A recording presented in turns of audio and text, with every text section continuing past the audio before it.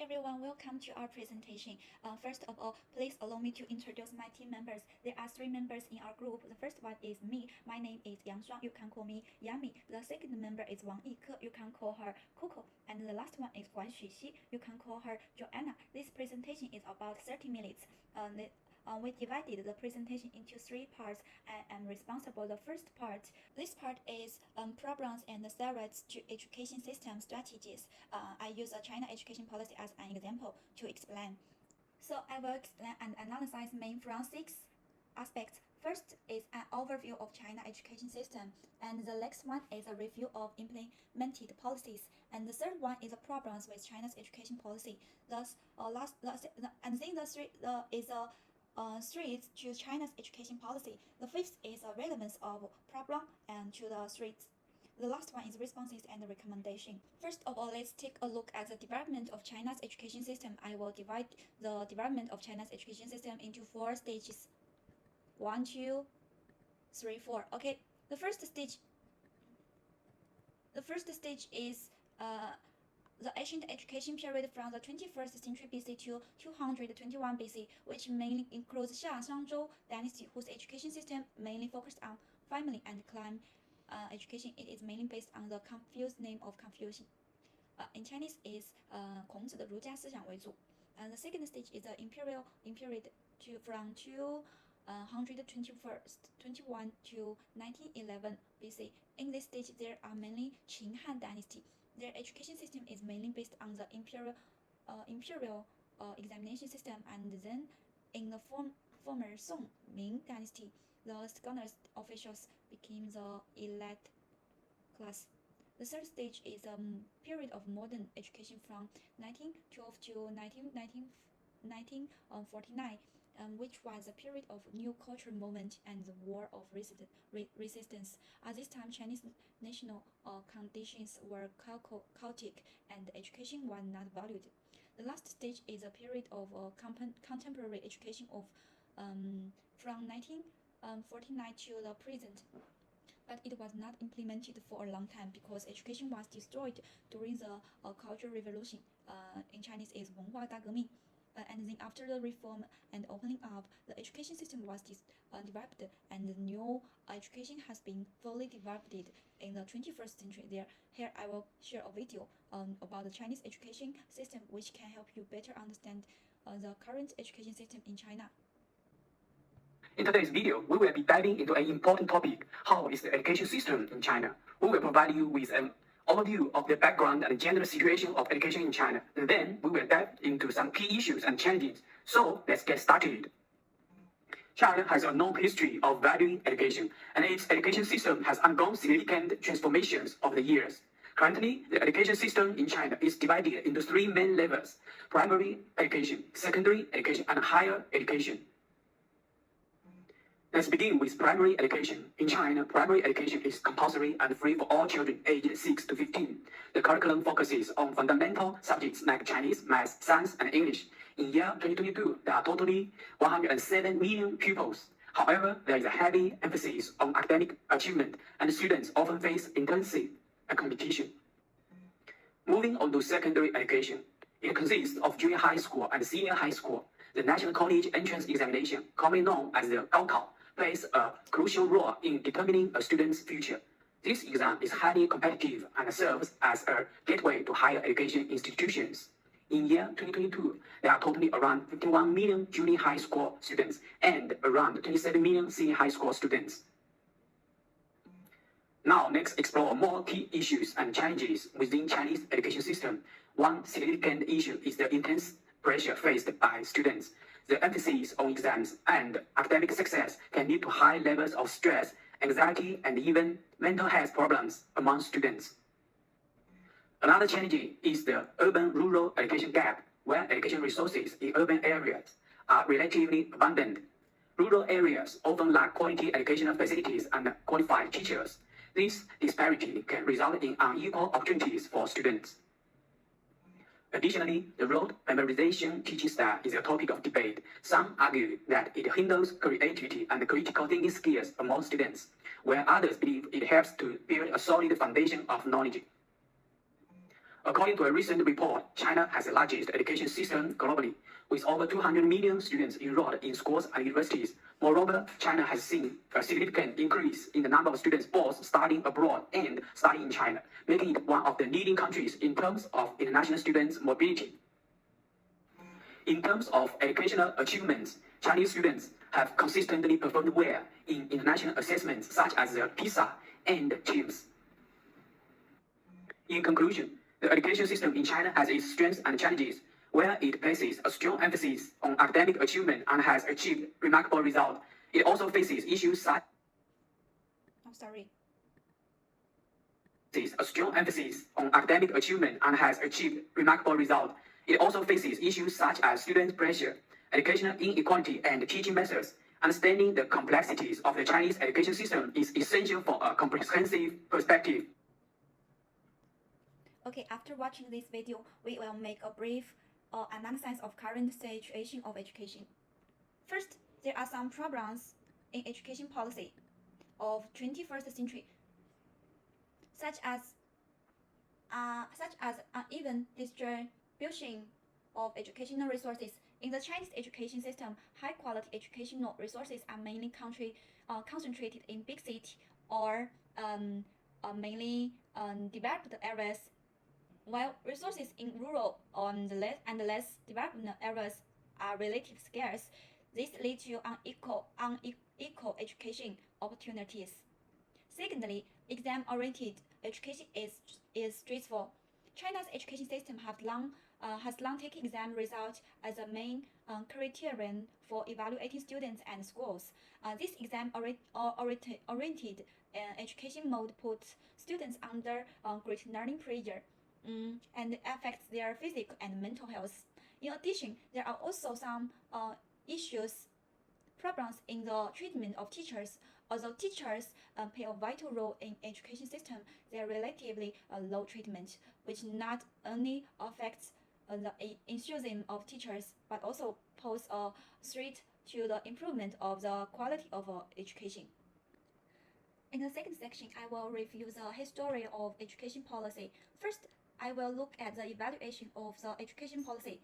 Since of the reform and opening up, China's education policy has undergone a transformation from examination-oriented education to quality education, which reflects the country's deep thinking and active adjustment of the concept of talent training.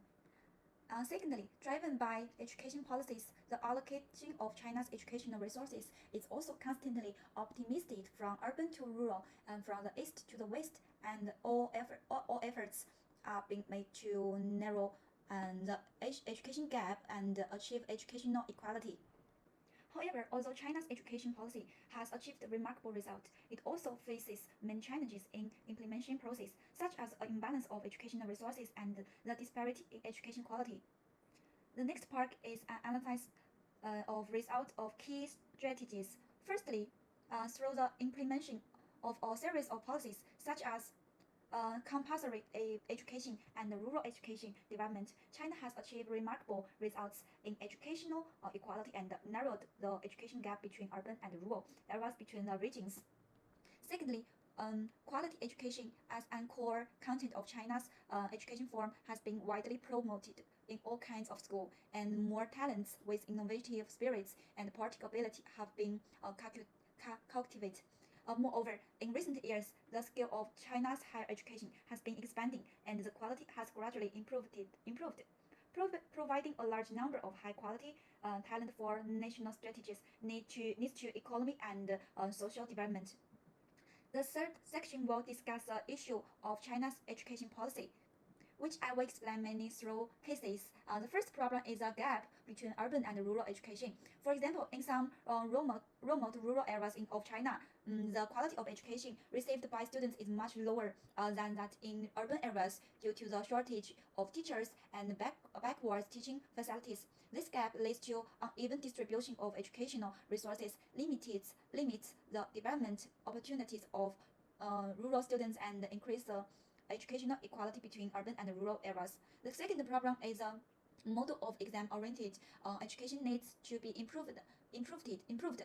For example, when facing important examinations such as college entrance examination, students pay too much attention to task taking skills while ignoring the comprehensive quality training of extrate of calculation of exaggerate calculating interest and comprehensive quality, resulting in some students' weak ability in other fields.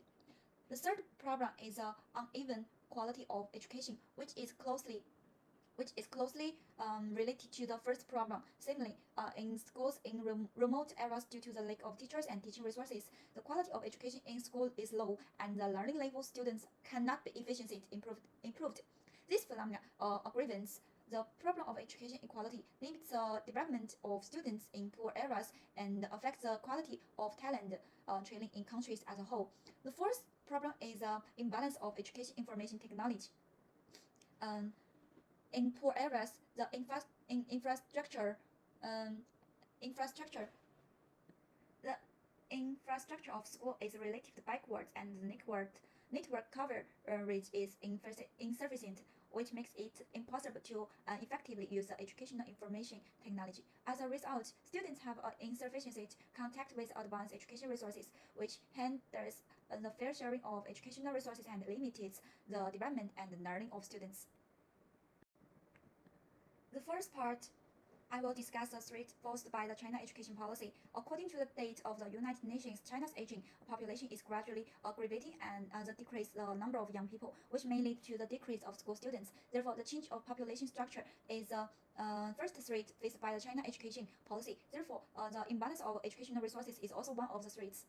In addition, it can be seen from the two states that insufficient financial investment and the pressure of international competitive pressure are also through to the China's education. They are also threats to China's education policy. The fifth section is a correlation between problems and the threats, which is mainly reflecting in five aspects. The first is a change of population structure and the resources allocation. Population aging and the decline birth rate lead to the decrease of school age population, which is directly related to the demand and the distribution of educational resources in the future. Population decline may lead to the decrease in the number of schools and the supplies of teachers, while areas with population growth may face a shortage of educational resources. The second is a gap between urban and rural education and educational equality. The uneven distribution of educational resources between urban and rural areas lead to the quality differences, which directly aggravates the educational inequality. The third one is a lack of the financial investments and education development. The lack of financial investments in education directly affects the quality of basic education and in the depth promotion of educational reform, which may lead to insufficient support for some necessary education projects and innovation function. The uneven application of information technology in education may lead to a digital divided and further exacerbate on the education gap between rich and poor, urban and rural areas. Finally, the international competitive pressure brought about by the globalization of education reform prompts China's education reform to promote its quality and international competitiveness. This requires that education policy not only address domestic educational issues but also consider international educational trends. Finally, is the responses and the recommendations. First of all, the curriculum can be optimized. For example, the curriculum content can be opted in a timely manner according to the current social needs and the technological development, so as to ensure that students learn knowledge and keep pace with the times. In addition, practical courses can be added so that students can be learn and master knowledges in practice, improve their hands-on and practical ability. Secondly, teacher training, which should cover professional knowledge teaching methods, psychological counseling, and other aspects of the combination of online and offline way. And teacher training should not only stay in a short terms behavior, should be long-term, um, long-term and continuous investment and adapt to the development of education. So, in concluding, the implementation problems and the threats of China's education policies, especially the unequal distribution of resources, exam pressure, and the treatment of teachers, have provided several solutions and suggestions to address these problems, including optimizing curriculum content and increasing politics courses, breaking down boundaries between disciplines, and strengthening teachers' training. Okay, this is the end of my presentation, and my partner Joanna will explain the rest of the part. Thank you. Hello everyone, my name is Guan Xuxi. You can call me Joanna, and I am going to talk about the analysis of the median problem of basic achievement level. I will divide the questions into the following three aspects. The first one is uneven distribution of educational resources. The second one is education policy goals and the target issues. The third one is students' learning motivation and participation. And each one I have also three aspects. So the first one is uneven distribution of educational resources. I divided the question into the three aspects. The first one is insufficient infrastructure. The second one is insufficient teaching staff. And the final one is unequal educational opportunities. So, in some poor areas, schools may lack proper facilities such as classrooms, laboratories, and libraries. And this problem affect the limiting the improvement of educational quality. For example, from the table data, we can observe that the number of teaching computers and the multimedia classrooms and the books in urban schools is higher than that in rural areas at all stages, which will affect students' learning experience and education quality. So, due to the lack of this equipment and the other teaching equipment, students' learning experience and the learning effectiveness may be affected. The second issue is the lack of teachers. So some regions or schools may face the challenge of insufficient teaching staff. This may be due to a lack of teachers with expertise and teaching experience. So in China, seaside areas have developed economics and have the ability to hire teachers with higher academic qualifications and more experience. So the living environment is also higher, which attracts high quality teachers. But in many mountain areas, due to poor economic strength and geographical conditions, the government cannot invest in attracting teachers. So therefore, the quality of education has not been improved, forming a vicious cycle. The final problem is that the unequal educational opportunities. The uneven distribution of educational resources may lead to students facing unequal educational opportunities. For example, infrastructure and teaching staff, thereby providing students with a higher quality education, while students in poor areas may face greater challenges. So the second problem is that the education policy goals and the target issues. Educational policy goals are too broad and lack clear measurement and evaluation criteria. For example, some government may say we should improving educational standards. For example, the policy may declare that an effort to improve students' reading proficiency, but does not clearly state how reading proficiency is defined and measured and what level of achievement is considered successful. So, because of the unclear educational objectives, the academic achievement level of students cannot meet expectations. So the second one is the goal of promoting students' all-round development is not clear.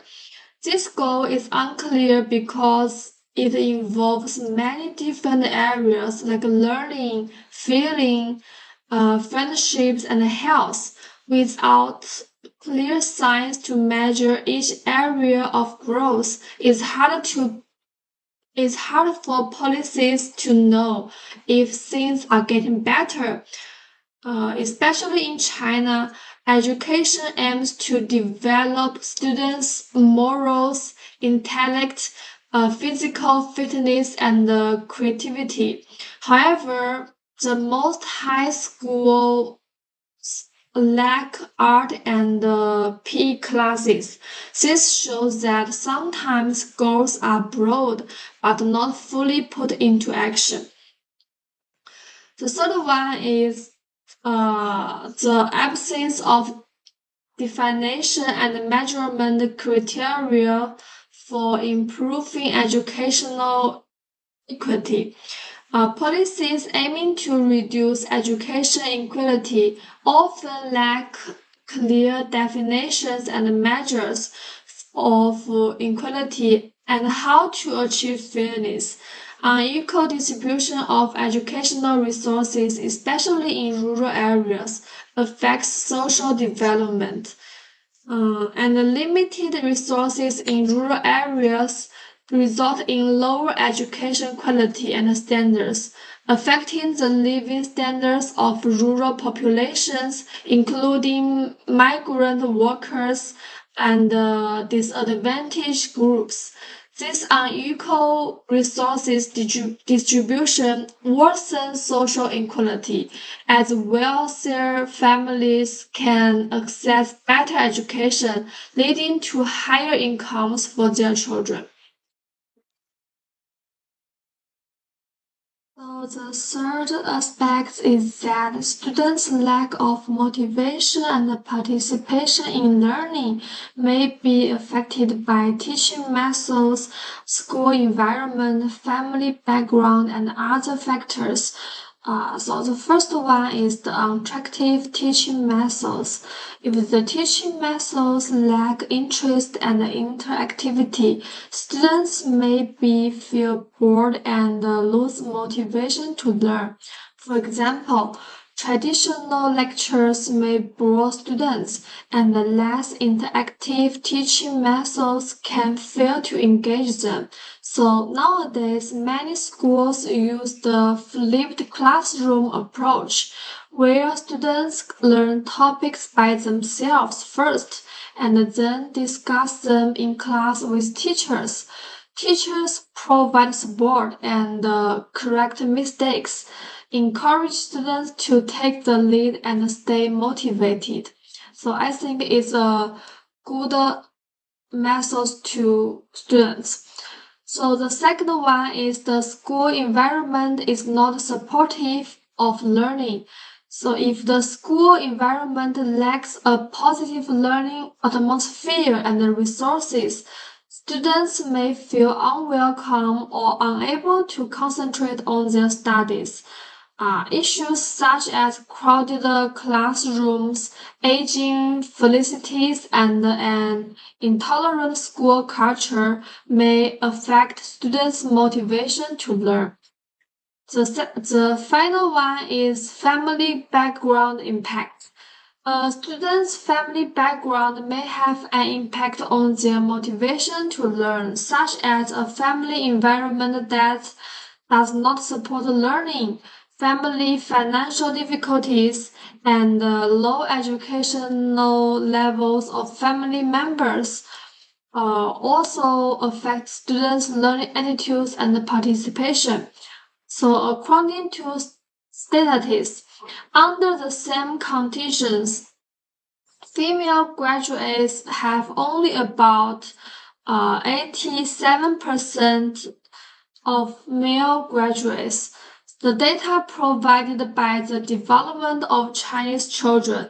The data shows that the enrollment rate of school-age students in China is 98%, and the dropout rate of elementary school has dropped from the 2% in 1990 to 1% in 1997. Actually, the dropout rate of girls is significantly higher than that of the boys, accounting for about 70% of the total dropout rate. So the above is my opinion on the issues of medium basic achievement level. Thank you. Okay, so thank you for my team members' presentation. So now I will pass to our last part is interactive issue of implementation and the policy evolution. So actually all of our parts, we take the China as an example. So before I presentation, I take the introduction. My name is Wan Yike, and just microphone. My bachelor number is 230766603. Okay, so for my presentation, I will go into create about 4 parts. The first one is a problem during policy implementation, and the second one is limitation on data collection and analysis capability, and the third one is faculty to provide timely feedback on policy evaluation result. And last one is for my conclusion. Continue for my first one, problem during the policy implementation. And for this part, I gave the 2 sides. The first one is a national condition and background. So, background of the China education management. China, in our China education management involved multiple level and departments, including education authority, local governments and schools, but coordination and information exchange among them are still in substance. So local governments may face problems such as uneven resource allocation and varying levels of the attention in implementing education policies, leading to the disparities in policy, education effectiveness, and quality. So for the case analysis is, for example, after the implementation of an education reform policy at the provincial level, some regions experience uneven distribution of educational resources. So due to the lack of effective supervision and evaluation mechanisms, the method and effectiveness of the policy implementation by local government did not receive sufficient attention and investigation. So I pass to the second part is about limitation in data collection and analysis capacity effectively policy evaluation. So background of the China's education management, there are issues in education management such as incomplete data collection and difference and difficulties in verifying data authorization. So school informationization is in the quiet, and the standardization and normalization of data collection are not high. So there are disparities in the data analysis and evaluation capabilities of local government and school, resulting in a lack of the scientific basis for the evaluating and effective of the education policy. So pass to the case analysis. So for example, after the implementation of the education policy and in certain regions, there were inconsistencies and incompetentness in the reported data on policy implementation by the school. This makes it difficult for government department to accurately assess the implementation effects of the policing, and thereby affecting in the subsequent adjustment and improvement of the policies. So we pass to the third one part is about the daily feedback of the policing evaluation result into the policing formulating and implementation. That's what I see is back also for the national condition and background and the case study. So back of China, the education management, the information feedback machinery in education management is not yet fully implemented. So evaluation result of the policing often fail to be timely feedback into the specialty stage of the policy formulation and implementation, leading to daily and timelines in policy adjustment. So there are limited channels for information sharing and communication between schools and local government, make it difficult to effectively convey and apply police evaluation result. So for the case analysis, evaluation result of an education policy in a certain region in certain region indicated that the policy implementation even not meet the expected target, but relevant department for the field to adjust the policy in the timely manner. So this it may be because evaluation results were not timely feedback into the various levels of the policy of the formulation and implementation, resulting in the effective enhancement of the policy effectiveness. Okay, so last one for my conclusion. In summary, there are multiple issues in the policy implementation and evaluation in education management, including in depth supervision and evaluation mechanisms, in limitation in data collection and analysis capacity, and daily feedback of the evaluation result. So addressing this issue requires